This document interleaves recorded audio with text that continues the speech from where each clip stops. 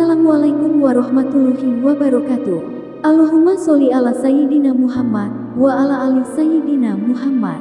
Pemirsa yang dirahmati Allah, marilah kita simak ceramah dari Kiai Haji Abdullah Gimnastiar dengan tema penyebab stres itu kebanyakan mikir, kurang zikir. Sebelumnya marilah kita perbanyak sholawat minimal 1000 kali sehari, agar hidup kita penuh barokah dan mendapatkan syafaat kelak. Selamat menyaksikan. Jadi masalah kita tuh kurang zikir, intinya itu, kurang ingat Allah. Jadi stres itu kebanyakan mikir, kurang zikir. Harusnya bagaimana? Nih Pekalongan harusnya gimana? Masalah kita stres itu kebanyakan mikir, kurang zikir. Menurut panjenengan harusnya bagaimana? Harusnya banyak zikir, kurang mikir gitu. Harusnya tiap mikir jadi zikir. Jadi zikir terus. Makanya tadi ingat lapar, ingat Allah. Haus, ingat Allah. Sakit, ingat Allah. Punya keperluan apapun, ingat Allah. Gelisah, yang bisa nentramkan siapa? Allah. Semuanya harus kembali ke Allah. Jadinya kerja kita minta terus ke Allah. Ya, memang itu yang diinginkan oleh Allah. Karena doa itu mukhul ibadah. Doa itu saripatinya ibadah. Allah suka sekali kalau kita minta terus ke Allah. Kalau kita minta terus ke orang, orang itu enek kepada kita. Benar? Kalau minta terus ke Allah, Allah itu cinta kepada kita. Kalau kita minta terus ke orang, wibawa kita turun. Kalau minta terus ke Allah, izzah kita naik. Iya. Kalau orang sudah minta-minta ke orang, diturunkan oleh Allah martabatnya. Tapi kalau orang mintanya hanya ke Allah, naik tuh. Kalau kita minta-minta ke orang, sakit hati kitanya. Kalau minta ke Allah, bahagia. Minta ke orang, belum tentu dipenuhi. Minta ke Allah, pemilik segala-galanya. Aduh, enak. Makanya punya keperluan apapun, keinginan apapun, minta kepada Allah. Wa idza sa'alaka ibadi anni fa inni qarib. Apabila hamba-hambaku bertanya kepadamu wahai Muhammad tentang aku, katakan aku adalah dekat. Ujibu da'watad da'i idza da'an.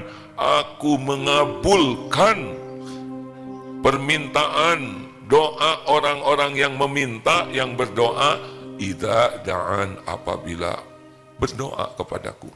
Falyastajibu li falyu'minu bi la'allahum yarsyudun. Maka patuh saja, yakin ke Allah agar senantiasa dalam kebenaran. Ini zikir. Tiap punya keperluan, ingat Allah. Apapun. Pak Devi keperluannya apa sekarang? Pengen apa? Bingung kan? Pengen sehat, Allah yang kuasa menyehatkan. Tubuh ini milik Allah sepenuhnya. Olahraga bagus, diet bagus, ganti pola hidup bagus, tapi yang paling top adalah doa. Ada orang yang sibuk olahraga, sibuk diet, sibuk menjaga makanan, menjaga ini, tapi tidak doa. Ini ada kisah di Australia nih, ada ibu-ibu benar-benar gaya hidup sehat.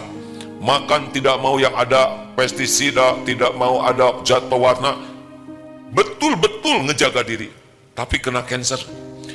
Dia mengatakan, bagaimana ini? Saya sudah jaga segalanya.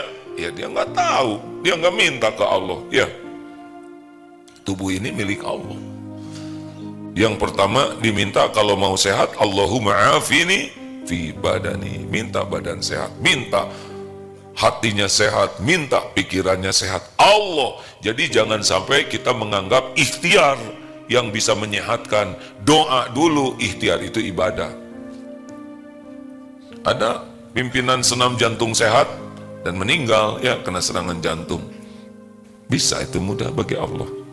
Yang menyehatkan adalah Allah. Abah ingin apa Abah? Sudah senior. Ingin sehat, tadi jawabannya. Kalau yang sudah sepuh-sepuh begini memang judulnya jadi sama. Ini aja yang mudah nih. Ala, pengen apa? Pengen sukses. Nanti dikasihlah sukses beberapa ekor. Mau? maksudnya sukses itu gimana? Harus jelas. Sukses itu gimana? Oh, juara tinju gitu. Mau sukses seperti apa? Manfaat untuk orang lain. Terus? Kayaknya masih bingung, ya udah mikir dulu, ini aja yang plat kuning. Mau apa? Ini mumpung didengar oleh Allah Subhanahu wa taala, kan? Mau jadi siapa? Apa? Mau jadi kontrakan? Nggak boleh ketawa, hadirin. Mau jadi juragan kontrakan? Baru kali ini saya dengar. Cita-cita jadi jukon, ya, juragan kontrakan. Gimana ceritanya? Niru siapa? Pengen niru siapa? Inspirasi dari siapa? Jadi santai aja gitu ya. Kenapa pengen jadi juragan kontrakan? Banyak waktu. Mau dipakai apa waktunya? Yang benar. Kontrakan, punya kontrakan harus hati-hati loh. Ada yang narkoba juarannya di kontrakan itu, ya kan? Ada yang dipakai prostitusi di kontrakan. Ada yang dipakai mesum, berzina di kontrakan. Mau ganti nggak cita-citanya? Dijagain, jadi ikut di kamar kontrakan itu, gitu ya. Kalau nanti takdirnya punya kontrakan, bikin aturan yang ketat. Kalau enggak, kita memfasilitasi maksiat. Iya, masih pengen itu kontrakan. Ya udah satu aja lah ya, yang besar, pakai CCTV di dalamnya, jadi tidak ada maksiat nanti. Pengen banyak, berapa juta? Minta ke Allah. Kalau baik, semoga usahanya. Kalau nggak baik, jangan. Kalau kira-kira dikasih kontrakan banyak, tidak terkontrol, jadi tempat maksiat, jangan deh. Mending usaha lain aja. Wah, mikir lagi sekarang, ini aja yang sebelahnya. Mau apa? Bisnis lancar? Bisnis apa dulu? Lancar kalau ngejebrus ke neraka, cilaka ya. Bisnis lancar, bisnis besar tidak identik sukses. Bisa istijraj, tahu istijraj? Dimudahkan oleh Allah, dikasih terus, ditambah banyak, sampai akhirnya sholatnya terbengkalai, jarang baca Quran, tidak bayar zakat, terus saja, terus digulung. Itu namanya istijraj. Tapi kalau dikasih rezeki, tambah syukurnya kepada Allah, tambah bayar zakatnya, tambah sedekahnya, tambah wakafnya, tambah sujudnya, adzan tutup, azan sholat, yang nggak baca Quran banyak, itu nggak akan berkurang tuh rezeki. Hati-hati, adek. Jangan, kalau semua dilancarkan Allah tidak identik itu merupakan karunia. Kalau dilancarkan tambah syukur baru karunia. Tapi kalau dilancarkan oleh Allah tambah kufur, berarti istijraj. Dunia nggak ada harganya bagi Allah, kasihin aja ke siapapun. Dan dunia bukan tanda kesuksesan, tanda beratnya ujian. Coba, mending banyak uang, mending cukup uangnya? Jawab. Bagus. Yang bikin bahagia tuh bukan banyak, tapi cukup. Perlu buat makan? Cukup. Buat ngasih makan temen? Cukup. Buat bikin rumah makan digratiskan? Udah gitu. Buat anak sekolah? Cukup. Buat bayarin anak teman-teman? Cukup. Nanggung, bikin sekolah aja? Cukup. Gitu. Yang penting hidup ini cukup. Dalilnya ada, qad aflaha man aslama wa ruziko kafafan wa qana'ahullahu bima ata. Sangat berbahagia, beruntung orang yang Islam, cukup rezekinya dan puas dengan apa yang Allah berikan. Karena ada yang tidak puas, jadi hidupnya tuh capek dengan yang tidak ada. Bukan tidak boleh punya keinginan, tapi jangan sampai diperbudak keinginan hingga kufur terhadap nikmat yang ada. Gitu. Siapa lagi? Coba. Dari mau apa Dari? Kemarin kan udah mau nikah, sekarang udah dikasih istri, punya keinginan lagi. Apa? Pengen rumah.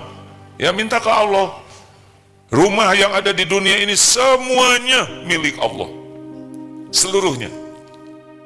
Seluruhnya milik Allah.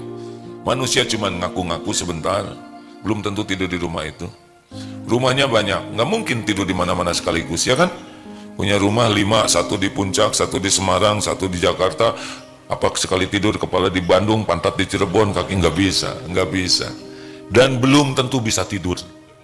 Benar? Walaupun kasurnya empuk, yang bikin tidur kasur atau Allah. Jadi Ustaz Dery rumahnya mau sebesar apa? Istana Atau gimana Ustaz? Cepetan. Yang cukup, ngepas gitu. Hah? Ada halamannya, cepat. Jelaskan halamannya seluas lapangan sepak bola atau apa. Capek loh ngurus rumput. Mau yang gimana? Bingung ya. Rumah yang bisa disyukuri. Sudah, minta rumah yang bisa disyukuri ya.